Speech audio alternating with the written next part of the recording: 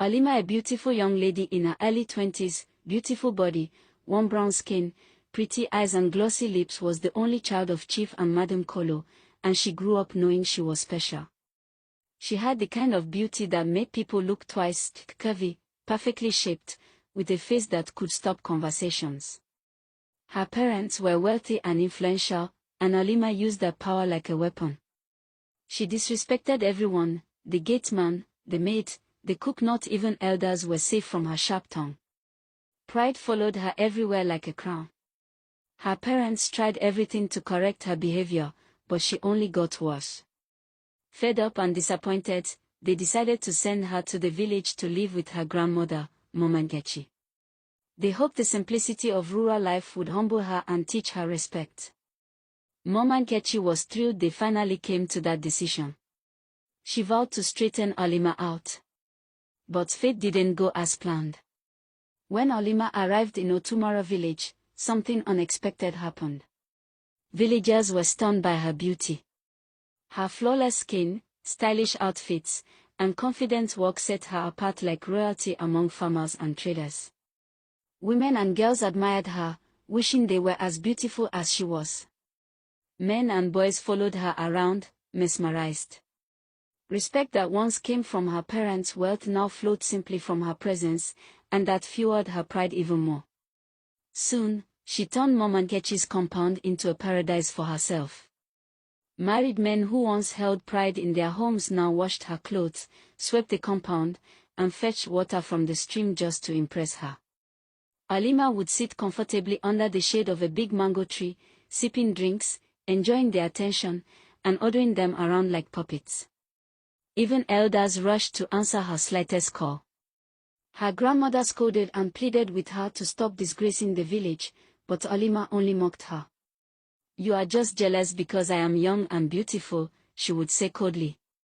"Coming here is the best thing that ever happened to me. In the city, people only respect me because of money. Here, I don't even need to try."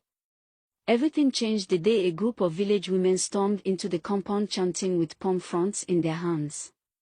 "Where is the witch? Where is the witch?" They accused Alima of using charms to control their husbands. Their leader, Adiz, beautiful, bold, and respected, confronted her. She demanded that Alima release their men.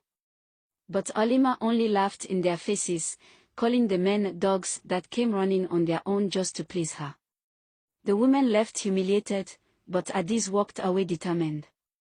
Consumed by shame, Adiz traveled to a neighboring village to seek help from a native doctor. She received a mysterious powder and was instructed to sprinkle it where Alima would step. She did exactly that. 2 days later, Alima noticed tiny pimples on her face. She wasn't worried, after all, she owned expensive skincare. But the next morning, she woke up screaming. Her once smooth face was now covered in huge, swollen boils, painful and frightening. She looked into the mirror and didn't recognize the monster staring back at her. The villagers who once worshipped her beauty now mocked her, calling her a masquerade.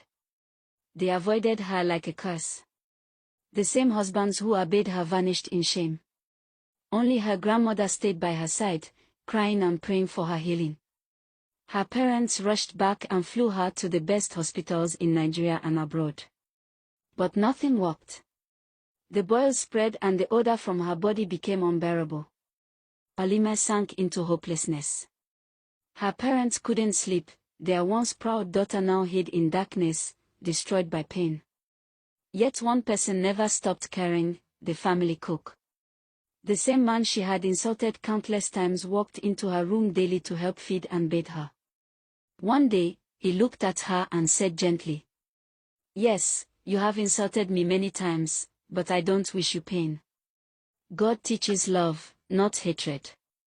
I brought my pastor to come pray for you. Please don't refuse help." At first, Alima resisted. She was tired of pain, tired of praying, tired of hoping. But after desperate persuasion, she agreed. The pastor prayed, fasted, and encouraged her every day. Finally, he told her that God had revealed the truth. Your healing is waiting for you in the village. You must return to Otumara and ask forgiveness from everyone you hurt, including Adis. And you must promise to live with kindness and humility. It was the hardest thing she ever had to do, but she agreed. Her parents took her back to the same village where she once acted like a queen. Halima walked through the village with her face covered, trembling with shame. One by one, she knelt and apologized, to the men she enslaved, to the women she disrespected, to the children she ignored. Tears streamed down her face as she begged for forgiveness. When she approached Adis, the unexpected happened. Adis broke down and confessed before anyone spoke. I used charms on her, she cried. I couldn't bear the shame anymore. I wanted her to feel pain the way we felt. The village gasped in shock. But Halima, instead of lashing out, wept and confessed her own faults too. I never used charms, she said painfully. Their attention fed my pride. I let beauty and money destroy my heart. I am truly sorry. The moment she finished speaking, a gentle wind blew across the village. Before their eyes, the boils dried up, the foul smell disappeared, and her skin slowly healed. The villagers shouted with joy. Some fell to their knees praising God. Grandma held her tightly and cried tears of thanksgiving. Halima left Otumara forever changed. No more arrogance, no more pride.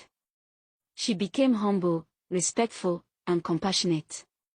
People now loved her genuinely, not because she was beautiful or rich, but because her heart was renewed. And Halima learned a truth she would never forget. True beauty is worthless without kindness. Respect is earned, not commanded. And those who walk with pride will one day fall. But mercy can always lift them up again.